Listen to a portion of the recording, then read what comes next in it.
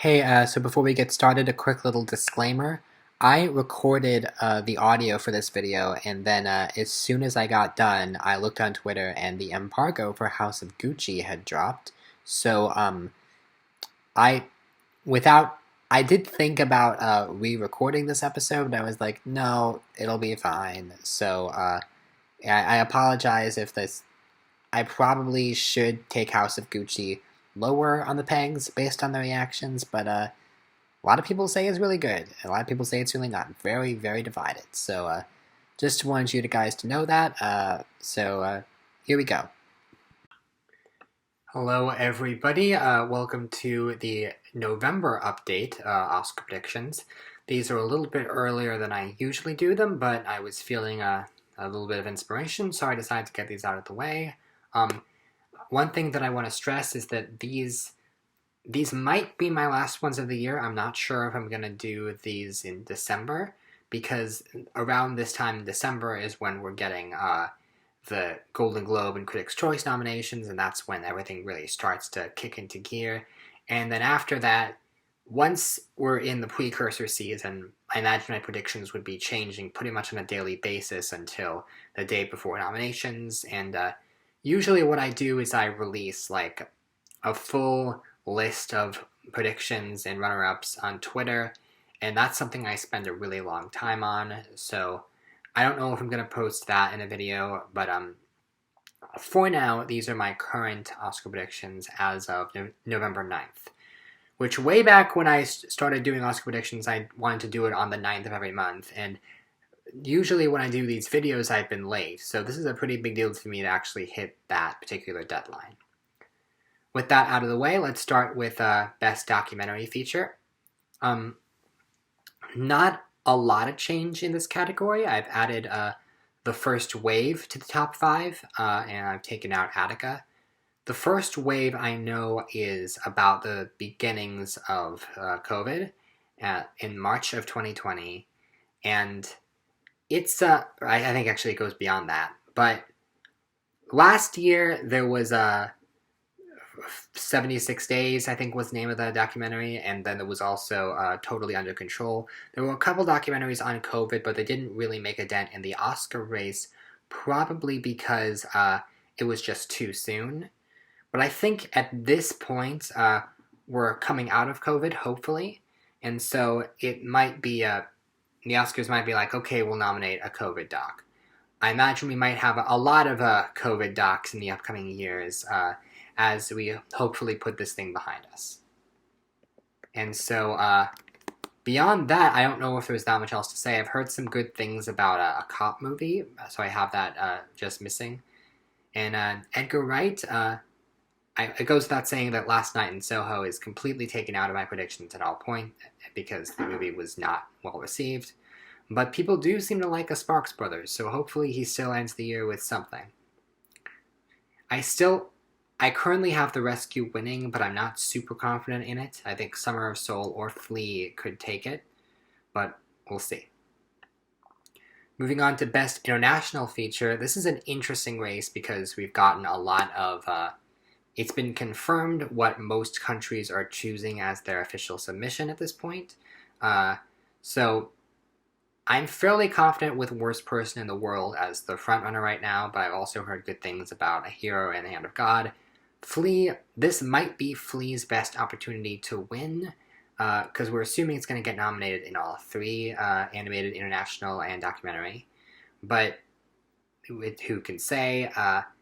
Titane is interesting, because France did select it. We weren't sure that was going to happen, so I do have it getting nominated, but from everything I hear, it's a very weird, out there film, and so it's going to be really interesting to see if Oscar voters actually go for it, because the people that love it are really passionate about it, but it might not be the Oscars' cup of tea. I have it just getting on, and everything else 6 through 10 is stuff that I've heard good stuff about and could contend, but we're not really sure. Best Animated Feature. So last time I made a mistake. I heard about Robin Robin, and I was like, Aardman stop motion, that's getting on. And then as soon as I posted the video, somebody immediately let me know that's not a movie. It's a half-hour Christmas special. And so I was like, okay, and I took it out, but it could still contend for animated short. I think a part of me was like, I've kind of known for a long time now that it's the same 5 films, and there's a part of me that wants to spice it up and add something else, even though Raya and the Last Dragon is very good. But yeah, I think this category has been set in stone for a while. We're pretty sure that it's going to be these 5, and I'm actually more confident than ever that Mitchell's vs. Machines is going to be our winner, because that is one of those movies that comes out, or it came out early in the year, and people went crazy over it, and people are still talking about it. The passion has not gone away, even though it's been months. And I'm like, that movie is going to have passion to take it all the way to the top, because I know that Luca is Pixar, and Luca's really good. So usually that would be enough. But I think people are tired of Pixar winning, and also Disney has Encanto, which, if early reviews are any indication, Encanto is also very good. So there could be some vote splitting between Luca and Encanto of which one's going to get the Disney vote. Meanwhile, Flea could win, but the Academy has never given they've never given a win in this category to an adult animated film, and this being so adult and an animated documentary, it just seems a really out there choice for them. I think it's definitely getting nominated, but I don't see it winning. They like to award family films here, and I really think that Mitchell's vs. Machines has the passion to see it through to the end. Because I was not... Pixar's last 2 wins with Toy Story 4 and Soul, like, I'm starting to see Pixar fatigue really setting in. Like, we don't have to give it to Pixar every time. And I think this is a great way to branch out and give it to something else. People love Mitchell's vs. Machines. I'm pretty confident that that win is going to happen. Next up, Best Sound. And this is definitely going to be Dune. The movie is a very big deal. We've all seen it at this point, and it's an epic, giant thing. It's going to do well in the tech categories, especially sound. I think Don't Look Up second because, although admittedly we don't know much about like how much space, asteroid stuff is in Don't Look Up, but there should be just enough of that with it being a big Best Picture contender, it should help it. And Nightmare Alley is also the Best Picture contender with a lot of sound in it. Belfast, I think, could get on the same way something that Roma could get on, in that it's just the strength of it being a Best Picture contender. This is the only thing I have In the Heights nominated for, although I still maintain that it has, if Tick Tick Boom and West Side Story disappoint, enough people could be like, In the Heights was really good, and they can get support for that to come back at the end of the year and be a Best Picture contender. But I can't fully commit to it enough to have it in the race that it's going to come back. Okay, by the way, Eternals is out of the race. I've taken it out of every category. I think it's still somewhere in visual effects, but it's not. The reviews... It's not going to be the big Marvel Oscar crossover that Black Panther was that I was hoping it might be. And that's really kind of it. There's not a nice balance of Best Picture contenders and some blockbusters, but they do seem to go more along the line of Best Picture contenders in this category. And I think this would be a great way to throw a bone to In the Heights and make that an Oscar-nominated film. Best Original Song. Okay, so Be Alive is winning. I'm fairly confident that it's Beyonce, it's a big Best Picture contender, and the song was in the trailer, and it sounds like the type of song that wins in this category. Dos Oruguitas. We now know from Disney's FYC page that that's the song that Disney's going to be campaigning for Encanto, and from people who have seen the movie, they're like, oh, this plays in a really emotional scene, so it's going to get votes. From what I've heard, it's entirely in Spanish. it's entirely non-English song, which non-English songs do struggle in this category. But you know what? It's bold of Disney to make that choice, and from what I've heard, it does pay off in the film. So I think it's the only thing that could challenge Be Alive, especially seeing how Lin-Manuel Miranda is one Oscar away from an EGOT. But I don't think I think it's Beyonce and a Best Picture contender, and that's a lot to overcome. So it really does help to be a Best Picture nominee in this category, which is why Down to Joy and Just Look Up, they benefit from being in Best Picture contenders, and I think both of those are gonna stand a very serious chance of getting nominated. You might be surprised by the inclusion of Somehow You Do from 4 Good Days. And I gotta say, I saw a couple of people predicting this, and I was like, what? That's a really odd thing to include. And I was like, wait a minute. It's Diane Warren, isn't it? And sure enough, it is Diane Warren. And now I have her in my I have the song in my 5 because Diane Warren gets nominated for everything, including the most obscure things that's very low profile and nobody's seen. She got on for the boy falling in the ice movie from 2 years ago. She's going to get on for this. I haven't even heard the song, but Diane Warren has built up enough goodwill that if she campaigns for something, she's going to get in. So I feel really confident that she's going to make the top 5 for this.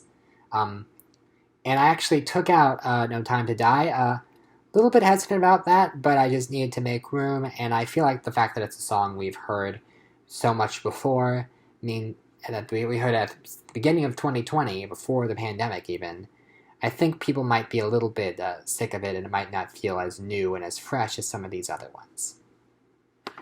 And then the rest of them might contend, might not contend, we'll have to see. But next up is Best Original Score, and Dune's winning. I feel most people are confident about this, having heard the soundtrack by Hans Zimmer.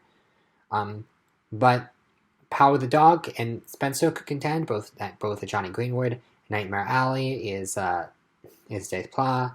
Actually, no, it's not Desplat. It's somebody else. I forget who exactly. Don't Look Up is Nicholas Bertel. Everything else, I don't think this category goes especially deep, but I think I think I feel confident about my top 5. I don't have much else to say about this. This might actually be a shorter Oscar prediction video than they usually are. I tend to ramble on a lot in a lot of them, and I think I'm going to try to go through these relatively quickly. If you want to pause, you can. Best Visual Effects. Okay, so this is a really interesting tech category because Dune's winning. I think we all have accepted this. And Matrix Resurrections is probably getting nominated. Just from that trailer alone, most people are confident about including this film in the top 5. And so that leaves 3 spots and a lot of contenders. I think Spider-Man's getting on because there's going to be Doctor Strange and the multiverse and a bunch of stuff like that in the film. It's going to be a big blockbuster that makes money, so it makes sense as a nominee.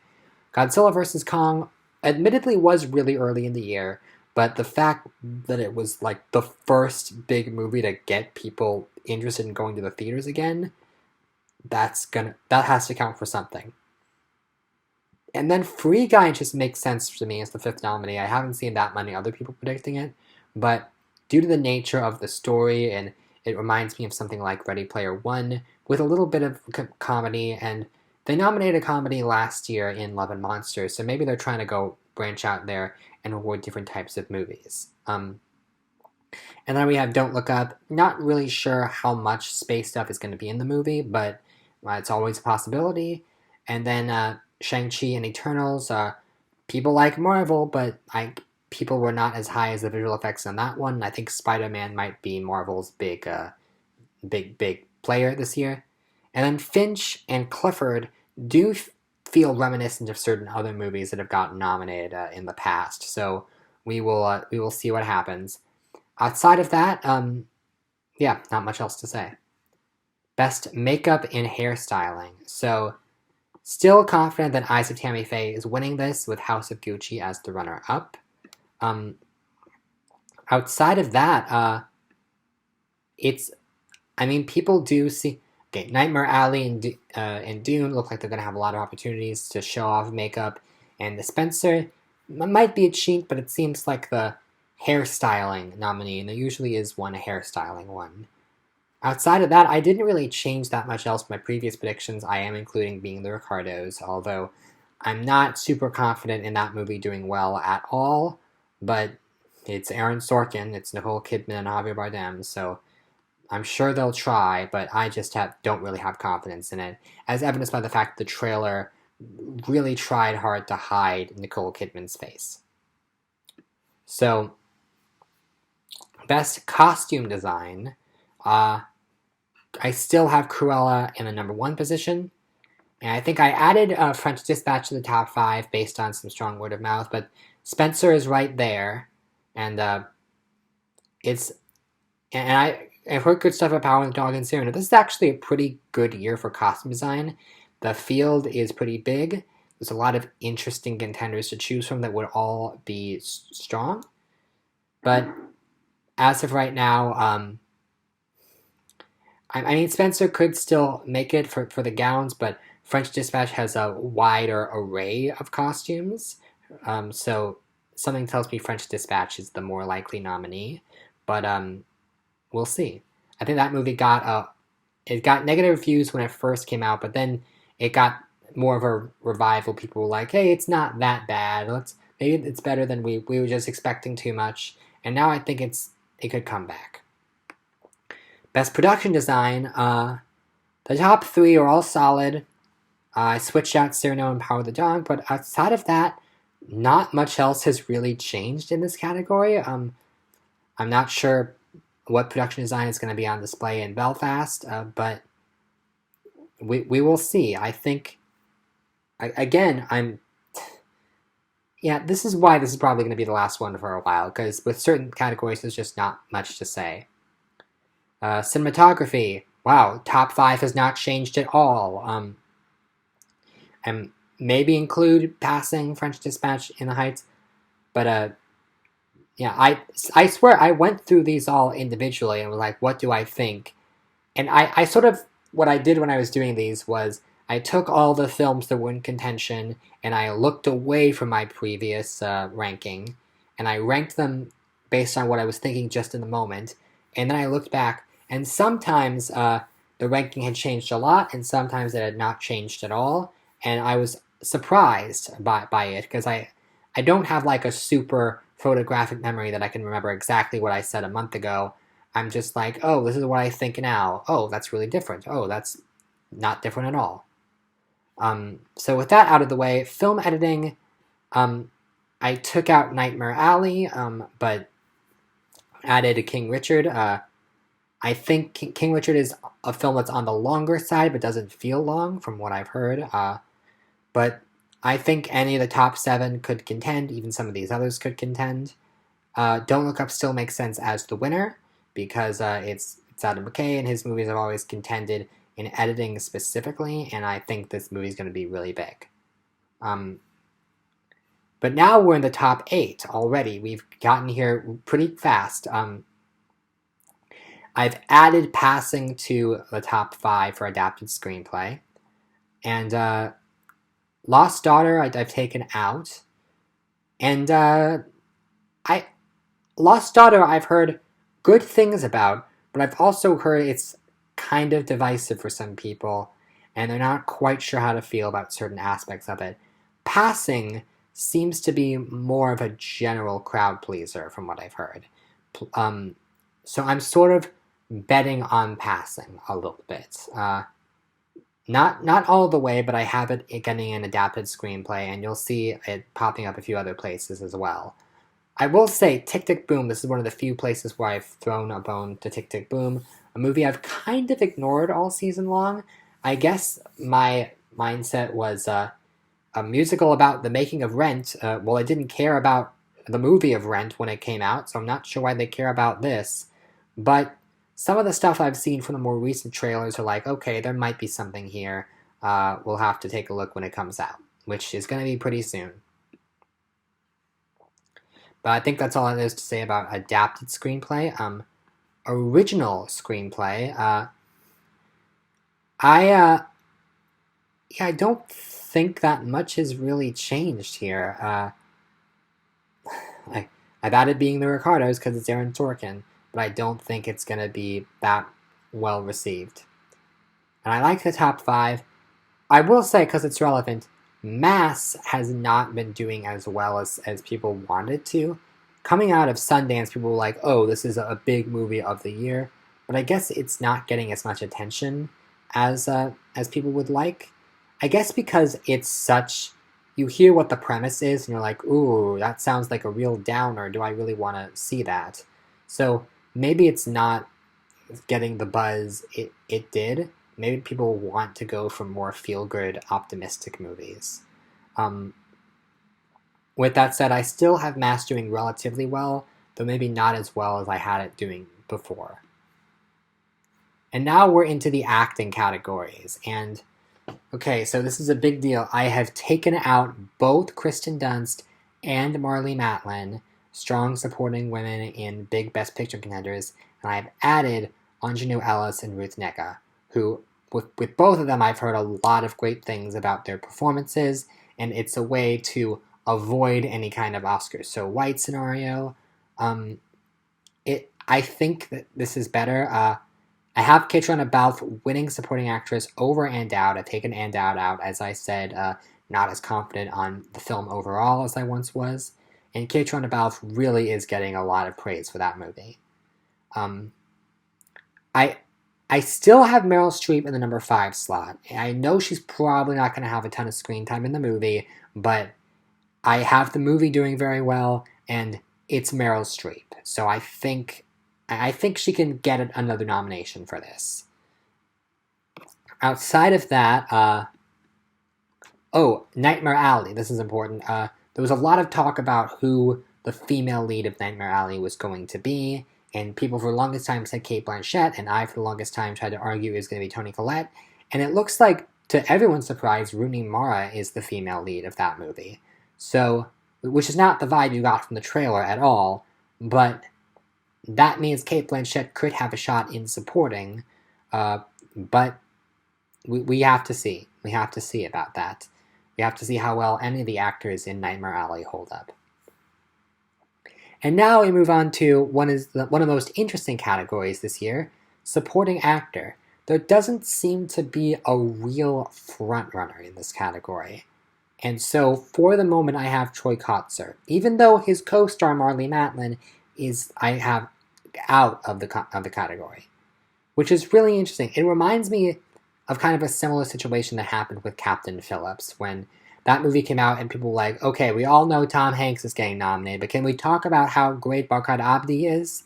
And this feels like a situation where Marlee Matlin is very good in the film, and her nomination was sort of assumed for a while, so everybody really started to bang the drum for Troy Kotsur. I think Troy Kotsur is very likely to get nominated. With that said, it does feel weird to have him as a predicted winner, but honestly, there's not a ton of big contenders for the win in this category, so he makes more sense than a lot of these names. Jamie Dornan, I think, is definitely getting on because of the strength of the film, but from what I've heard, that is not really a winning performance. Jason Isaacs also doing well, but as I said earlier, Mass is not the film people thought it was going to be. Jared Leto for House of Gucci.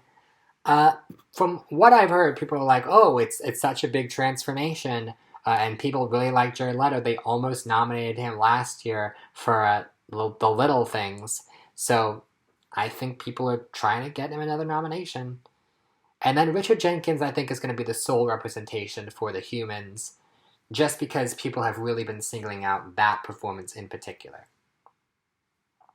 Bradley Cooper is now out of the top 5 because it really doesn't seem like he's in the movie that much.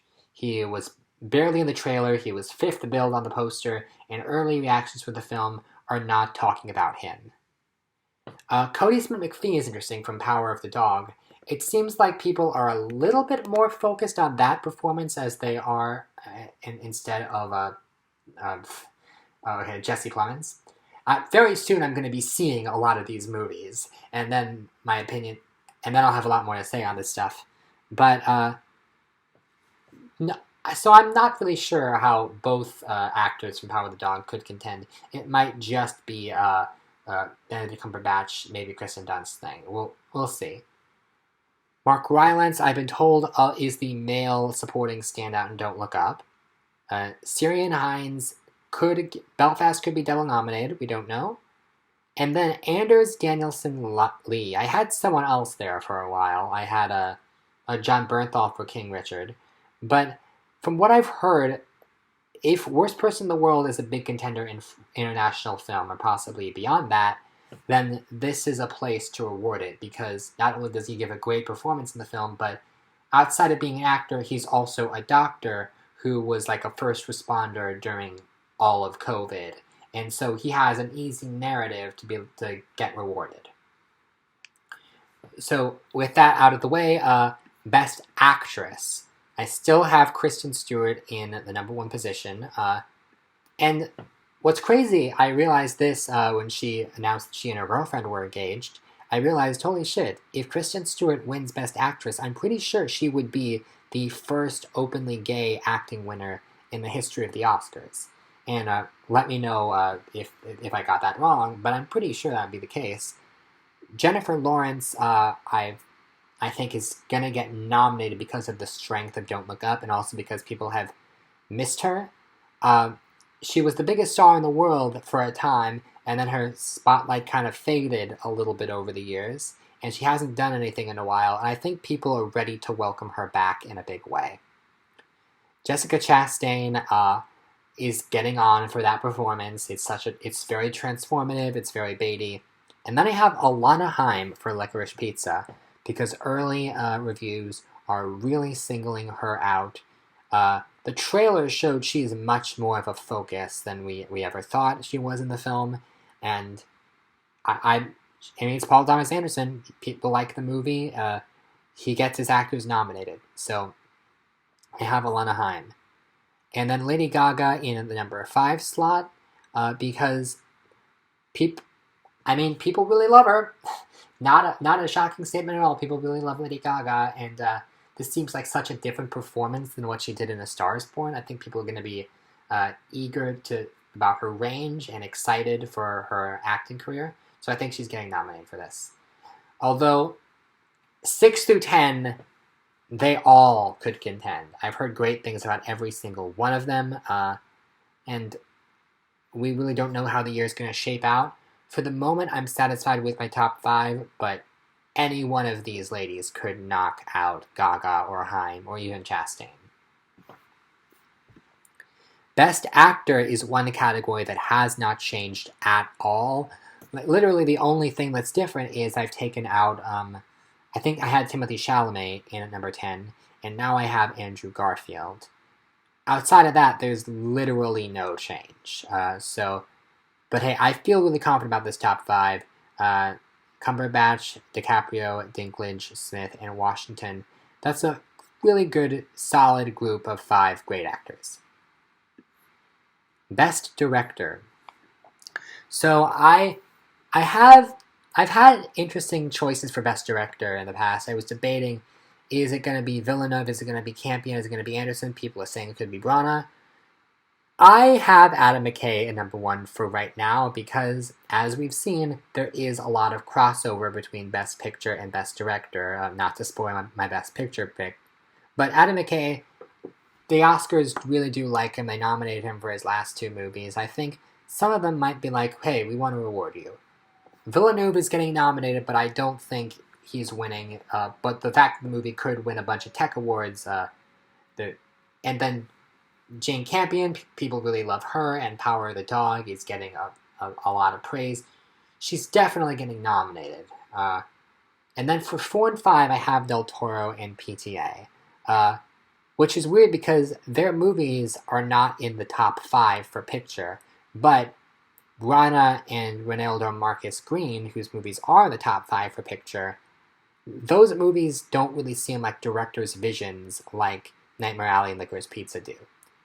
I do think Brana's going to get left out in the same way that Sorkin got left out last year, or even what's Green Book director Peter Farrelly got left out, because sometimes you can make a big Best Picture movie that people really like, but it doesn't always translate to the director, because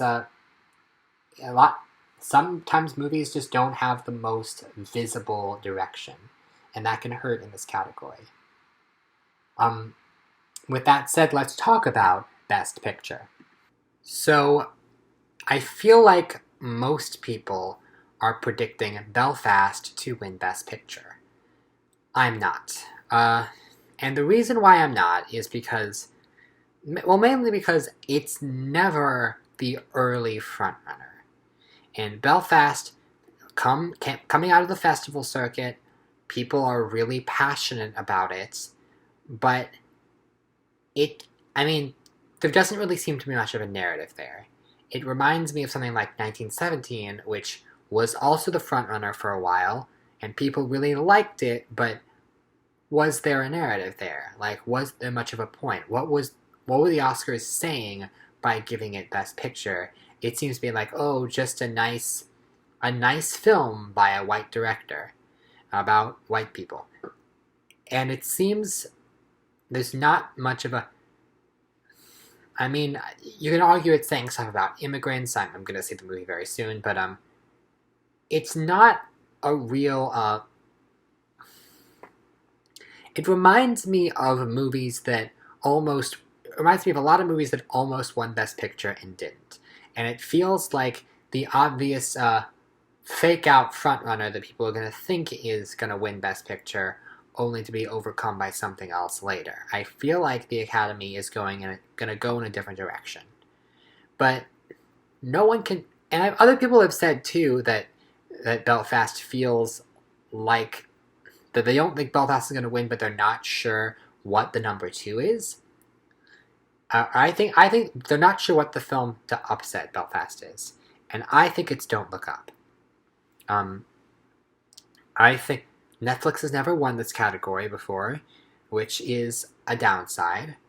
But I think Adam McKay has built up a lot of goodwill over his last couple of movies.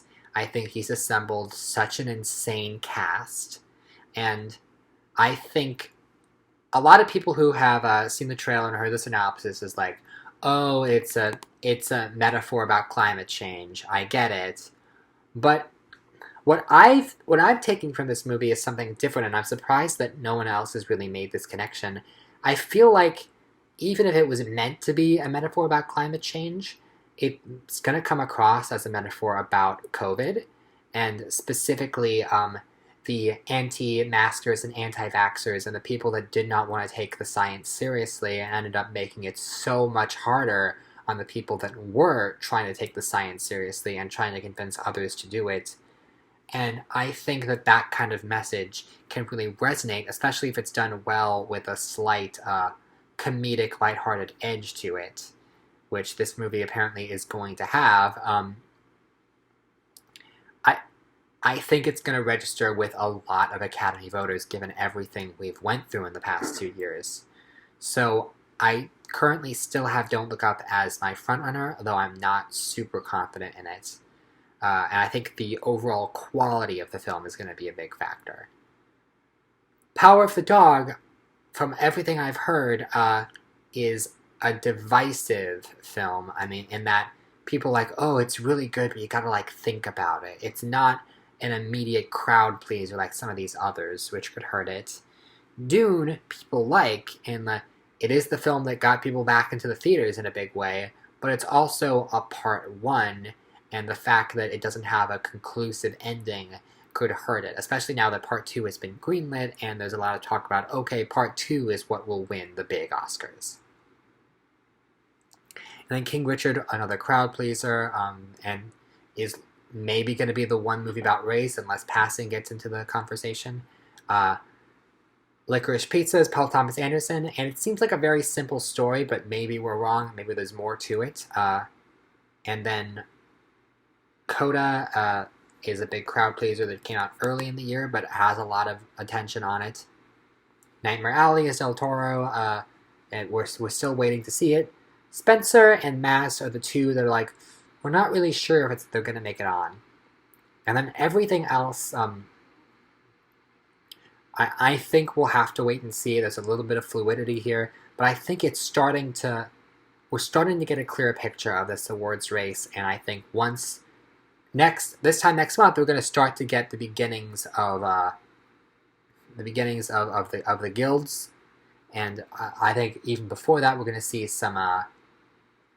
We've already got the Gotham nominations. Hopefully, we're going to get some smaller critics awards, so we start to get a view. We're also going to start to see a lot more of these movies. So really quickly, we're going to get a view of what this year is going to be.